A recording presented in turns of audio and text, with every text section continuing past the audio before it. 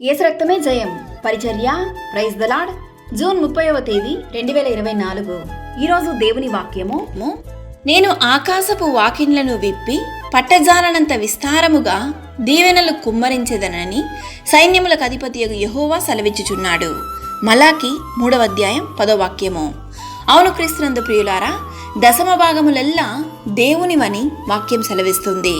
సర్వ సృష్టికర్త అయిన దేవుడు తానే తన ప్రజలను 10వ భాగమును తీసుకుని రమ్మని తెలియజేయచ్చు. ఈ విధముగా తనను శోధించు వారికి శోధించుడి అని సెలవిచ్చెను.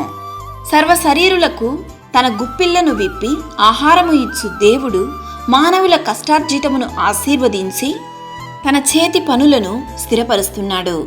దేవుడు తన మందిరంలో ఆహారముండునట్లు 10వ భాగమంతయు మీరు నా మందిరపు నిధిలోనికి తీసుకుని రండని చెప్పుచున్నాడు.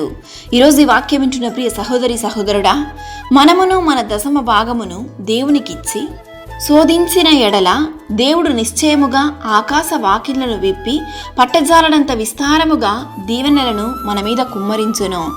మన కష్టార్జితమును ఆ దేవదేవుడు తానే ఆశీర్వదించి మన సరిహద్దులను విశాలపరచును.